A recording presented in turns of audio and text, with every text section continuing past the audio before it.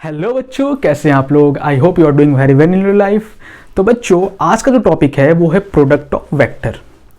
हमने काफ़ी सारी चीज़ें पढ़ चुके हैं। हमने रिजोल्यूशन ऑफ वेक्टर पढ़ लिया है, एडिशन ऑफ वेक्टर पढ़ लिया है, सब्ट्रैक्शन ऑफ वेक्टर पढ़ लिया। अब जो पढ़ने वाले हैं वो प्रोडक्ट ऑफ वेक्टर। वेक्टर का गुणा, वेक्टर दो तरीके से गुणा होता है, प्रोडक्ट होता है। एक को कहते हैं डॉट प्रोडक्ट, एक को कहते हैं क्रॉस प्रोडक्ट। जिन्होंने नहीं पढ़ा उनको अभी तक यही लग रहा होगा कि ये तो दोनों मल्टीप्लिकेशन के ही सिंबल है, लेकिन दोनों का मतलब अलग है। अब थोड़ा नया चीज समझोगे। दो तरह के होते हैं, एक होता है डॉट प्रोडक्ट, ठीक है, दूसरा होता है क्रॉस प्रोडक्ट। डॉट प्रोडक्ट को हम स्केलर प्रोडक्ट भी कहते हैं, स्केलर प्रोडक्ट, जबकि क्रॉस प्रोडक्ट को हम लोग वेक्टर प्रोडक्ट भी कहते हैं, वेक्टर प्रोडक्ट। स्केलर और वेक्टर प्रोडक्ट क्यों कहते हैं, इसका सिंपल सा रीजन यही है कि जब दो वेक्टर का हम डॉट प्रोडक्ट करते हैं तो वो जो आता है वो स्केलर आता है, स्केलर क्वांटिटी आती है। और जब हम दो वेक्टर का वेक्टर प्रोडक्ट करते हैं या क्रॉस प्रोडक्ट करते हैं तो जो आता है वो वेक्टर क्वांटिटी आता है। इसलिए हम इसे वेक्टर प्रोडक्ट और स्केलर प्रोडक्ट कहते हैं। एग्जांपल में अगर समझना है तो समझ लो, अगर स्केलर का ही समझना है एग्जांपल ले लो कि work done equal to force dot displacement, dot product आता है, फोर्स डॉट डिस्प्लेसमेंट होता है एक्चुअली। और इसके कारण वर्क डन जो है वो एक स्केलर क्वांटिटी, क्योंकि फोर्स और डिस्प्लेसमेंट दोनों वेक्टर है, दो वेक्टर का आप डॉट प्रोडक्ट कर रहे हो तो स्केलर आएगा, अब वर्क स्केलर है ना, इस तरह से। खैर, ये सब बात की बातें हैं। अभी जो टॉपिक है हम लोग स्टार्ट करने वाले हैं वो है डॉट प्रोडक्ट कि डॉट प्रोडक्ट होता क्या, उसके बाद हम लोग क्रॉस प्रोडक्ट पे आएंगे। तो फर्स्ट जो टॉपिक हम लोग स्टार्ट करने वाले हैं वो है डॉट प्रोडक्ट, कि क्या होता है डॉट प्रोडक्ट, जिसे हम स्केलर प्रोडक्ट भी कहते हैं। तो समझना, इसका फॉर्मूला क्या होता है, ए डॉट, इस तरह से डॉट देते हैं, बी डॉट, जहां भी डॉट दिख जाए दो वेक्टर का तो हम समझ डॉट प्रोडक्ट कर रहे हैं हम लोग। तो A dot B equal to magnitude of A multiply with magnitude of B cos theta. This is the formula.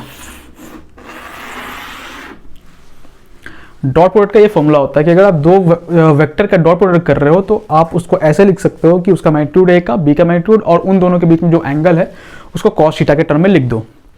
काफी सारे क्वेश्चन ऐसे मिलेंगे आपको जिसमें कि बोर्ड के क्वेश्चन से जनरली मिलेंगे आपको कि कॉस थीटा का वैल्यू निकालो, मतलब एंगल बिटवीन टू वेक्टर निकालो। आपको डॉट प्रोडक्ट गिवन है और उसका मैग्नीट्यूड भी गिवन है, तो मैग्नीट्यूड गिवन है और डॉट प्रोडक्ट गिवन है तो कॉस थीटा निकाल सकते हो इसलिए, है ना, ठीक है। खैर, इसे कुछ प्रॉपर्टीज है कि थीटा जो है वो कहाँ से कहाँ तक लाई कर सकता है, ठीक है। हमने पहले बता चुके हैं कि प्रॉपर्टी जो वेक्टर हम लोग कर चुके हैं कि जो थीटा होता है, एंगल जो होता है वेक्टर का, वो 0 से 180 के बीच में ही हो सकता है। क्यों होता है ये हम पहले ही डिस्कस कर चुके हैं, जिन्होंने नहीं देखा वो जाके वीडियो देख सकते हैं। तो 0 से 180 तक ही लाई करता है वेक्टर, दो वेक्टर के बीच में 0 से 180 के बीच में ही एंगल बन सकता है। इसका मतलब जो थीटा होगा वो 0 से 180 के बीच में ही होगा। इतना क्लियर है। तो अगर जो हमारा थीटा हो वो सपोज 0 डिग्री है, तब जो ए डॉट बी आएगा हमारा वो क्या आएगा, cos 0 1, तो आएगा फाइनली ए वेक्टर बी वेक्टर का सिर्फ प्रोडक्ट आएगा।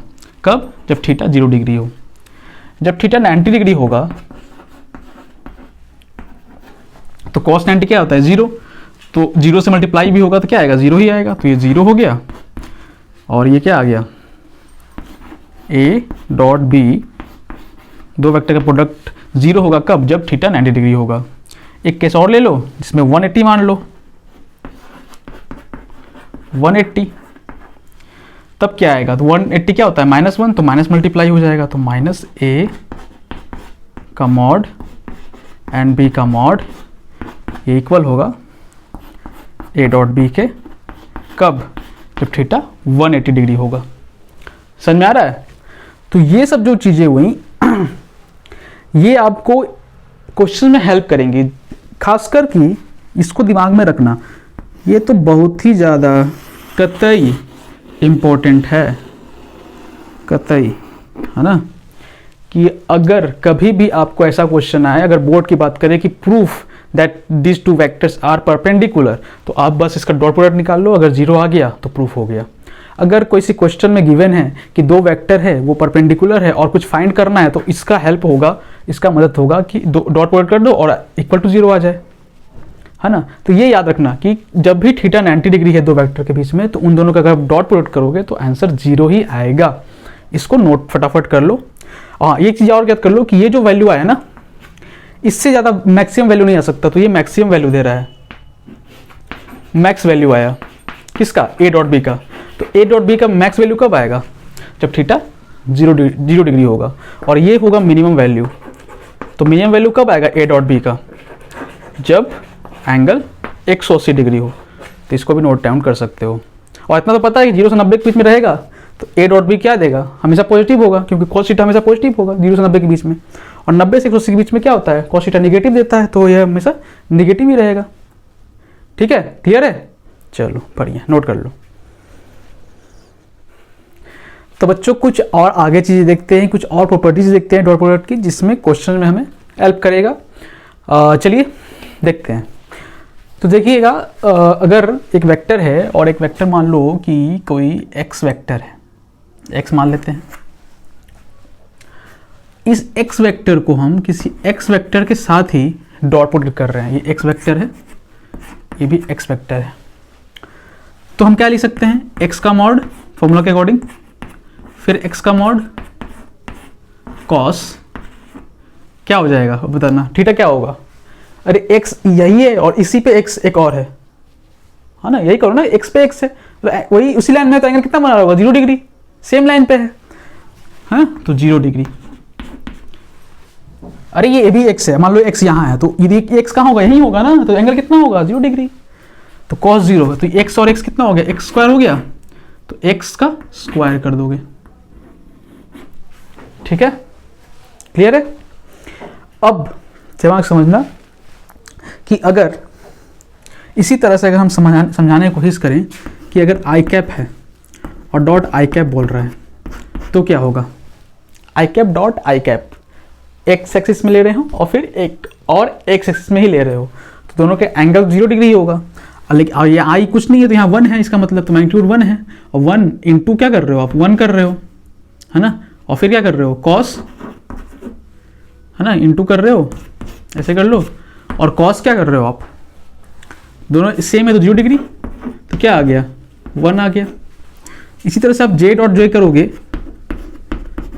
तो क्या आएगा, फिर 1 1 cos 0, तो फिर वही 1 ही आएगा। उसी तरह के कैप डॉट के कैप करोगे तो 1 आएगा। ये काफ़ी इंपॉर्टेंट रिजल्ट है, इसे दिमाग में रखना। ठीक है, काफ़ी इंपॉर्टेंट रिजल्ट है। आगे देखते हैं। अब सवाल में दिमाग में ये आ रहा होगा कि सर अगर आई डॉट जे रहा तो, अलग अलग रहा तो, या जे डॉट आई रहा तो, या क्या आई डॉट के रहा तो, या के डॉट आई रहा तो, या जे डॉट के रहा तो, या के डॉट जे रहा तो,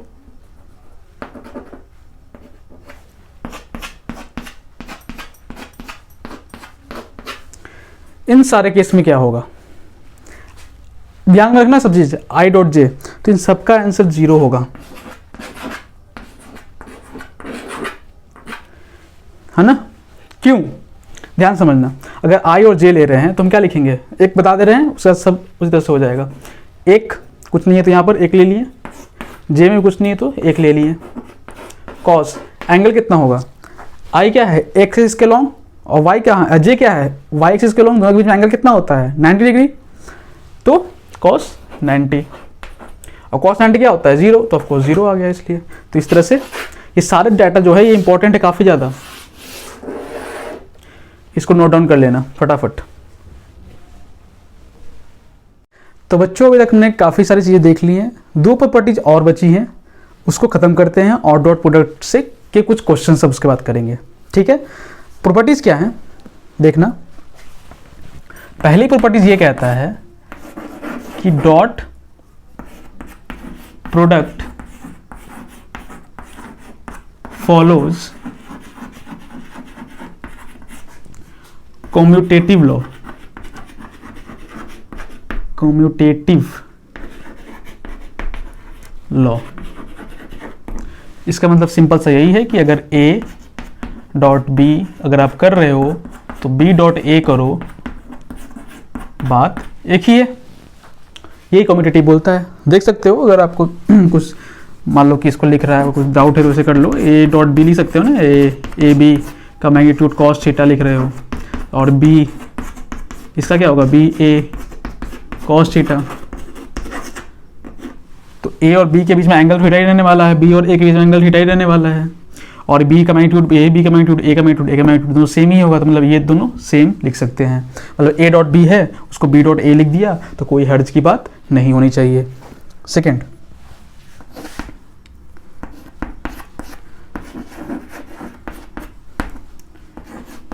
डॉट प्रोडक्ट follows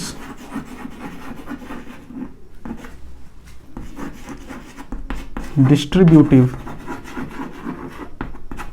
law। इसका सिंपल सा मतलब यही है कि अगर आपके पास कोई वेक्टर है